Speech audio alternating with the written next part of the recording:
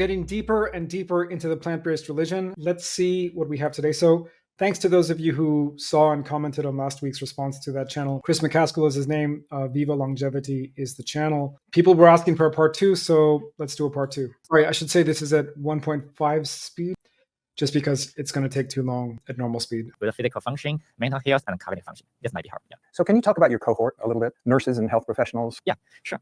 So our main cohort is from the nurses' health study. So the nurses' health study data is, again, that huge epidemiological data going back to 1976, I think. With in the beginning, it was just women. Then they added just another cohort of just men, which was the medical, mostly doctors, medical practitioners cohort, something like that, based on food frequency questionnaires, people responding with what they think they should be eating instead of, what they're actually eating, maybe.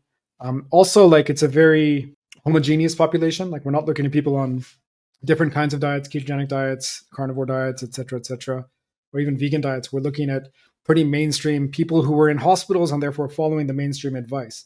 So to be honest, it's quite homogeneous cohort, as I think we're going to get into some of that detail here. One of the things that came up in a part of the video that I'm not showing is that very few people made it to age 70, less than 10% of the population, which kind of indicates to me that whatever the dietary pattern is of these people, no one should ever be following it because they weren't healthy. And they were all pretty homogenous. They were all pretty much eating very similar things. The health professional follow-up study. The nurses' health study, one NHS, was established in 1976. At that time, that's what I said, 1976, yeah. We recruited the registered nurses in our cohort. At that time, they are kind of middle-aged, and now we follow them for almost 50 years. For health professional follow-up study, HPFS, was established in 1989, and that was only for... Now on the screen, it says 86. Sorry if I have it too small for people to see, but that's what it says. So it was actually established in 86. Male health professionals. Can you explain the origin of the EDIP score? Yeah. So EDIP stands for Empirical Dietary Index for Pro-Inflammatory. So these scores are based on our previous hypothesis of the benefits of the food.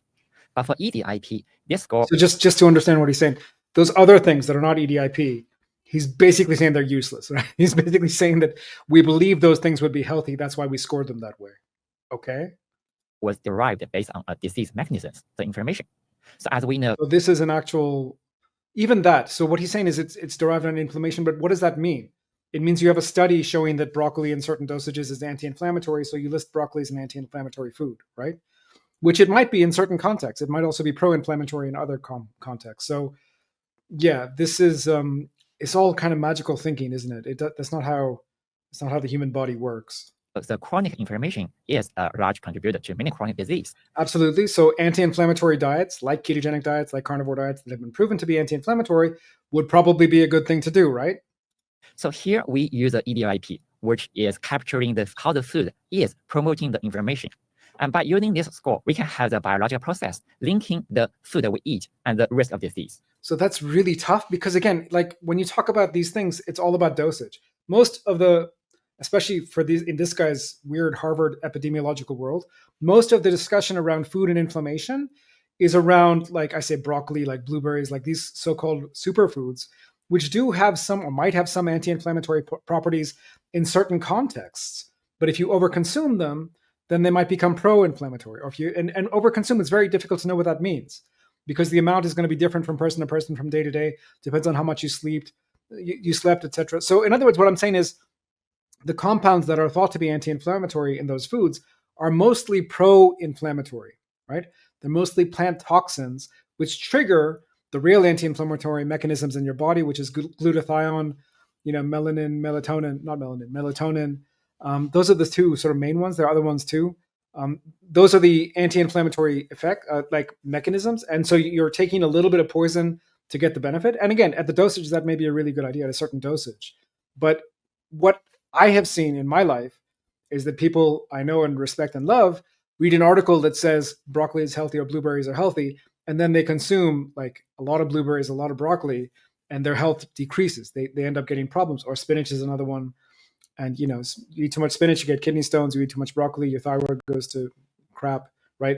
You eat too many blueberries, you move towards diabetes and all the rest of it, right? So in other words, what I'm saying is even the more empirical one of these metrics that he's listing, the EDIP, empirical dietary inflammation pattern, kind of a funny acronym, even that is not very scientifically, and you can see what they've got here.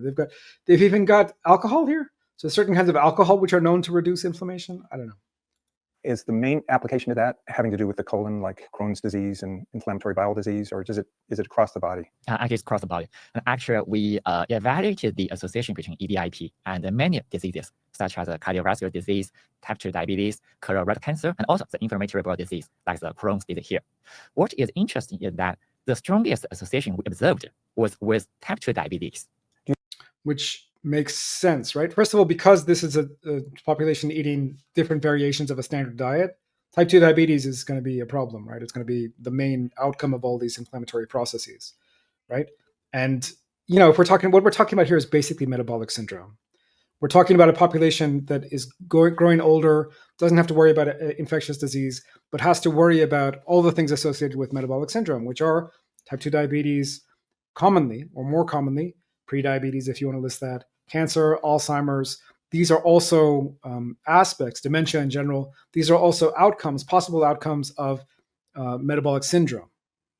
Do you have a hypothesis for why that might be? Is it inflaming the pancreas or the liver? Or? No, this guy doesn't understand much. It's systemic, right? We're talking about inflammation at the cellular level. That's what we're talking about.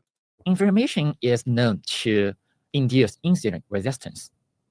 Insulin resistance is a major driver of. So insulin resistance is a concept that can be measured, but these guys weren't measuring it, right? So you can measure insulin resistance. How? You try and keep someone's glucose stable, and you pump them full of insulin, and you see how much insulin they can take before their glucose levels start to drop, right?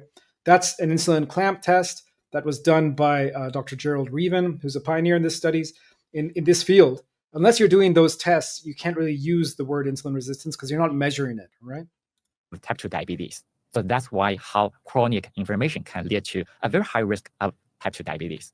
So there's EDIP and there's EDIH. Yeah. They were both listed on the charts. Yeah. What is EDIH? So EDIP stands for, the P stands for pro-inflammatory. And EDIH stands for hyperinsulinemia, which means high insulin levels. But those are going to be very similar, right? Because, in general, the inflammatory foods are also going to be the ones that spike insulin in general. Not 100% of the time, but in general. So EDIH is a score also based on another disease mechanism, which is hyperinsulinemia, the high insulin levels. So for this score, we are capturing how our diet. I like that. Hyperinsulinemia is how scientists should be referring to these problems. They shouldn't be referring to insulin resistance. Unless they're measuring it. They shouldn't be referring even to type 2 diabetes like it's a line. Like it's not as helpful in my mind as referring to hyperinsulinemia. Can increase the insulin levels. So I would have thought EDIH, the high insulin, would have been most linked to diabetes. But you're saying EDIP, that the inflammation score, was also highly linked to diabetes. So again, Chris McCaskill just doesn't understand much, does he? Like both of those things are going to be linked to diabetes because they're very similar. What increases inflammation is also likely to increase insulin, right? Can you explain why? Yeah, first you mentioned that EDIH is mainly related to type 2 diabetes, and yes, so the hazard ratio for EDIH and type 2 diabetes is also nearly to like 1.8. So that's almost similar to EDIP. So inflammation is closely related. So he said the hazard ratio only got to 1.8, right? And so that, in my mind, would tell you that you're not measuring the right things, right? So if the diet that you think is causing diabetes is only increasing the incidence of diabetes 80%, you would want it to increase 100% or more to get to, again, what I would consider significance in this kind of a population. So it tells me that the way that they've designed these markers is not perfect. You're not doing a very good job of capturing the actual foods which are leading to the insulin resistance. If you did, it might be a smaller population with a bigger effect size, a bigger hazard ratio. Related to insulin resistance. So both of the two can increase the risk of type 2 diabetes by insulin resistance. You're almost twice as likely to make it to 70 without a chronic disease if you have high adherence.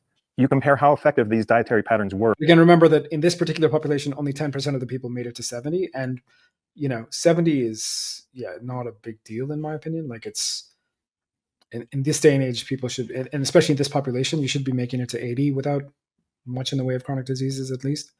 So keep in mind, this is a very flawed population that we're studying.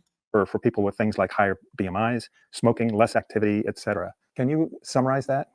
So figure 5 is showing the results from our subgroup analysis. So as the name suggests, showing the... Up again for a second. So the interesting thing, like the headline, when you read, and if you saw last week's video, the headline was a hazard ratio of 2.0, something there. But even in these, adjusted and so on, very little is coming close to 2.0. So they must have had to do a hell of a lot of adjusting to get something over 2.0, because they know that if it's less than 2.0, it's not going to be taken very seriously. So just to say, look at the numbers on here, 1.39, 1.62. Like the highest I'm seeing is this 1.95, which is in an obese group and the insulin-resistant diet, right? So even then, like this should be way beyond 2 if they identify the right foods. Yeah, it just shows me that maybe they haven't designed the study very well. To be honest, I have such little respect for epidemiology that I don't know how you could have designed it better. Kind of doubt it. That's a problem. I guess this is also high BMI, AHEI diet. But remember, these I'm very skeptical of, because except for the last 2, these are things that they basically just made up. These are what they thought was meant to be healthy. The DASH diet, of course, is, that's another story. Results from our subgroup analysis. So as the name suggests, subgroup. So here we would like to see whether the association between diet and healthy aging was different among people with different characteristics. For example, if the association were different among people with a higher versus lower BMI. Looking at this figure, so first we can see that the association between the dietary pattern and healthy aging, they are in the same direction, and they are all statistically significant. That means all people, no matter they are. Well, he's reaching statistical significance because it's such a massive population size. Again, let's take an extreme. Well, it is an American population, right? And I lived in the U.S. in the 1970s and 80s and 90s, and I can tell you that most of us were eating pizzas and Chinese takeaway, and I mean that was sort of the diet, right? In general, right? Maybe these folks were a little bit healthier or a little bit less healthy. So, but in general, it's a homogeneous kind of a group. So in that context, it's like, if you have everyone eating junk food and someone eats a little less junk food and someone does a bit better, or are you just testing the people who actually were able to do really well on junk food? Is that what we're testing for here? Like, it's not clear to me exactly what we're looking at, right? They are higher BMI or lower BMI, or they're smoker or non-smoker, they can benefit from the dietary patterns. So that's the first thing. So that's an assumption, and that's not an assumption that you have any business making, right? So, benefits and rewards and risks and so on, I mean, these need to be done at the individual level, not the population level. That's my first thing that I would say on that. Number 2 is this is such junk data that I'm not sure you can extrapolate anything from it at all. Another thing is we do see some stronger associations among several subgroups. For example, the association is stronger among women and among people with a higher BMI. So that means although all people can benefit from the dietary patterns, but there are some not all. I mean, I see. Women were in black. Yeah. Okay. Groups, they can benefit more from the dietary patterns. Why do you think dietary patterns had a bigger impact on women's health than it did on men's health? That's a great. I mean, it's just an indication that is a bit junk, right? So there's no reason to think that women would. There might be reason to think that women would be less likely or more likely to report certain eating patterns. That seems likely to me. So I think what you're doing is you're doing a kind of psychological study on who's telling the truth and who's not with your food frequency questionnaires. Again, I don't think they see it as lying, but the level of self-deception for either the men or the women or for both is going to be non-trivial, right? Great question. So first, our study is a population epidemiology study. So the specific reason, we don't know why women has a stronger association, but there might be some So he's saying he doesn't know, but here's a possible explanation why, maybe. Explanation. So this might be due to biological difference because women and men have different hormones. Can you talk about accuracy? Because I talked to Didi Tobias. But yeah, that was not. So we're talking about women who were in middle age in 1976, right? So very soon after that, they would have been hitting menopause and so on. And after menopause, women's hormone profile looks a lot like men's hormone profile. So, again, like these are possible explanations, but they're not. The more likely explanation is that your data is junk. That's what it seems like to me. One of your professors, and she said you choose your cohorts because they have a little bit of scientific background. They're medical professionals, so they're responsible. So because medical professionals are less likely to lie, is that what you think?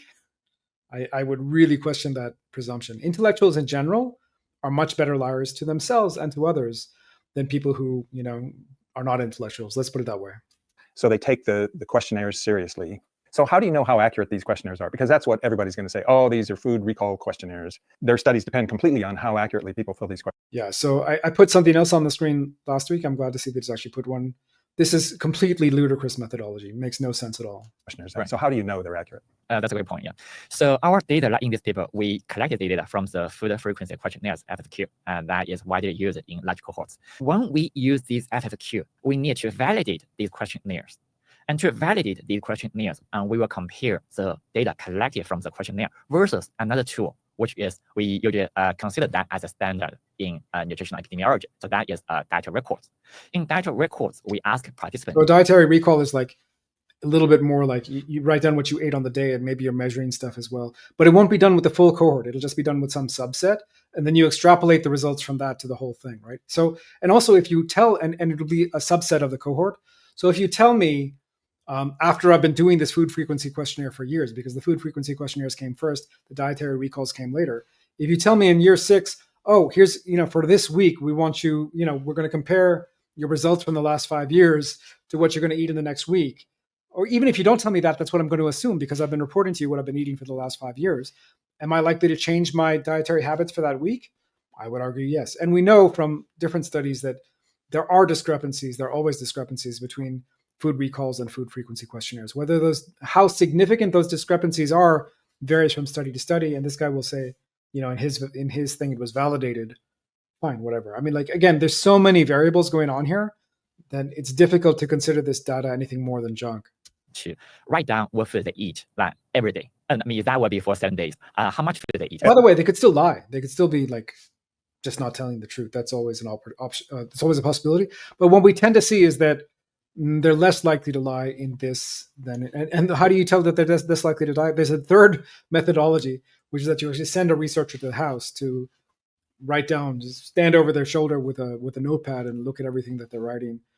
That's another. In this day and age, you can also have them, or have someone with a cell phone taking photos of everything that they do and so on. So there's a number of validation techniques, and all of them pretty much show that the FFQs, people tend to underreport eating overall in the FFQs, and they also are less likely to remember eating junk food, et cetera, et cetera. So every day. They write it down every day, so they don't forget what they ate yesterday. Yeah, for these 7-day dietary records, yes. Mm-hmm. So using that method, the dietary records, that would be more accurate to assess the dietary intake. So that one is usually considered as a golden standard. So then we will compare the data. It's not the gold standard. The gold standard is locking people in a lab, right? So if you lock people in a room for a week and you control exactly what they're doing, exactly what they're eating, that's the gold standard. Everything that you're talking about is not the gold standard. From the FFQ and data from the dietary records, and to see if the data are comparable with each other. So it just turns out that your cohort, they're all American, right? Yes. Almost everybody in the cohort is American. Yeah. But I noticed that they were 95% white.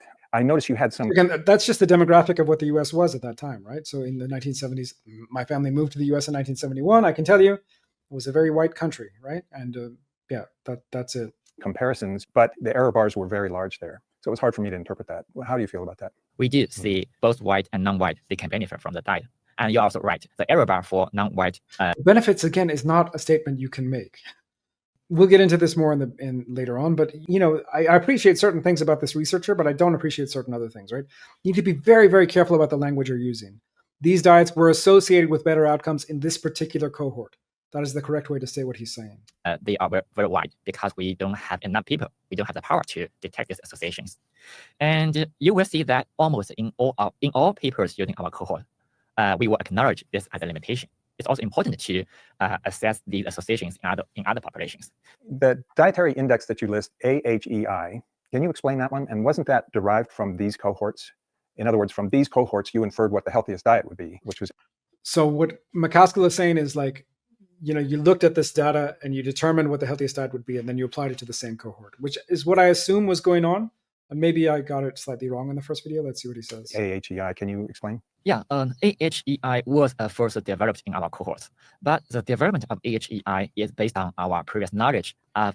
So it's based on your previous... So it's even worse. It's not even looking at which diet's associated better. It's just we know broccoli is healthy, so we list it as a health food. It's even worse than what I surmised. The health benefits of different foods. So this score was not developed based on the outcome in our cohorts. So that does not necessarily mean the AHEI will be the strongest dietary part. So they took 50 years of nutrition literature that's based on junk epidemiology, starting with the nutrition health, the nurses' health study, and then they took all the assumptions that are based in that 50 years of junk epidemiology, and then they applied it back to the original junk epidemiology cohort.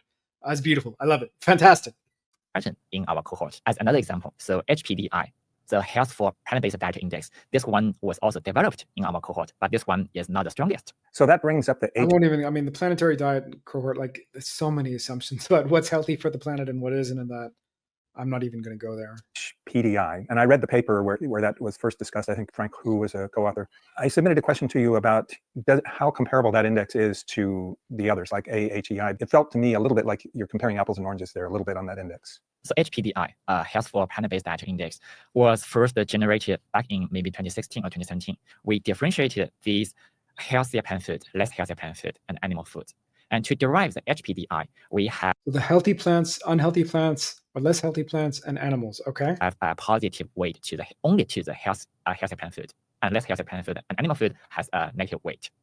So you are again, those are huge assumptions, right? Because again, in my experience working on the field all over Asia and Africa, it's not so simple. It's not that plants are good and animals are bad. In fact, in some circumstances, animals are what were needed to reclaim the land, to rebuild the soil, and so on. So I don't want to get too much into this. It's a whole different video. But yeah, if you're telling me that your assumption is based on vegan propaganda that doesn't make any sense, then your index doesn't make any sense. Your whole study doesn't make any sense, right?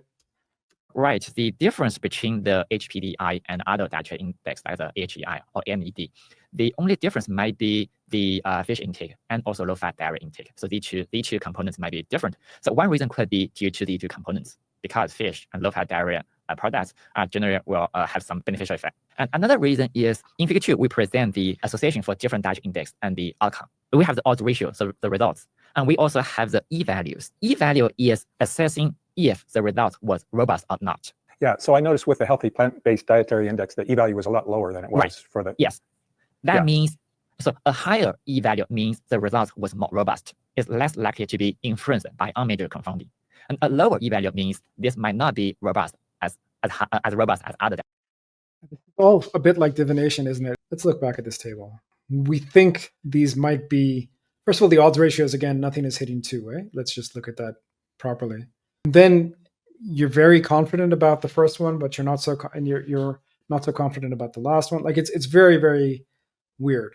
Remember, the last two are the only ones that have some kind of empirical data behind it. The others are just, these are diets we think might be healthy or good for the planet or low in salt. And those, I guarantee you, those odds ratios are also adjusted, because you won't find, actually, I don't know, because they've used so many variables here. There's so many equations one would need to calculate to figure out if any of this is actually worthwhile or not. The one thing I'm glad about, maybe I'm not glad about having to make this video, but the one thing I'm glad about with this stupid study is that it's so complicated that even people who would like to refer to it will never be able to refer to it because they don't understand it. It's not, you'd have to study a lot and a lot of statistics and epidemiology and so on in order to confidently cite this study and have any idea what the hell you were citing.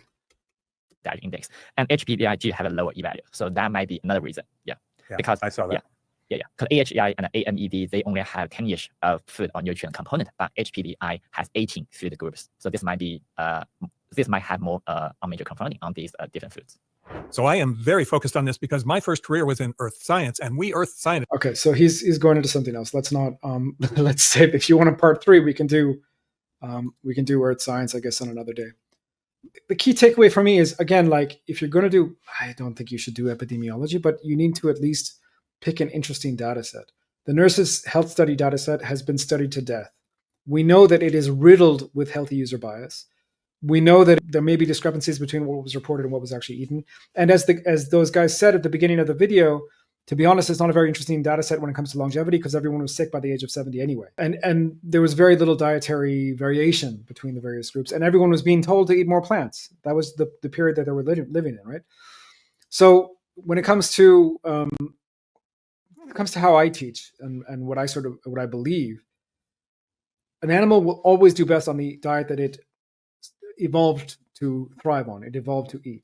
That's the default hypothesis. That is the null hypothesis. If you want to prove that some other diet is better, the planet diet or the low salt diet or whatever it is that you think, you got to present a lot of data. You got to have years and years of trials on genetically similar populations with varied diets.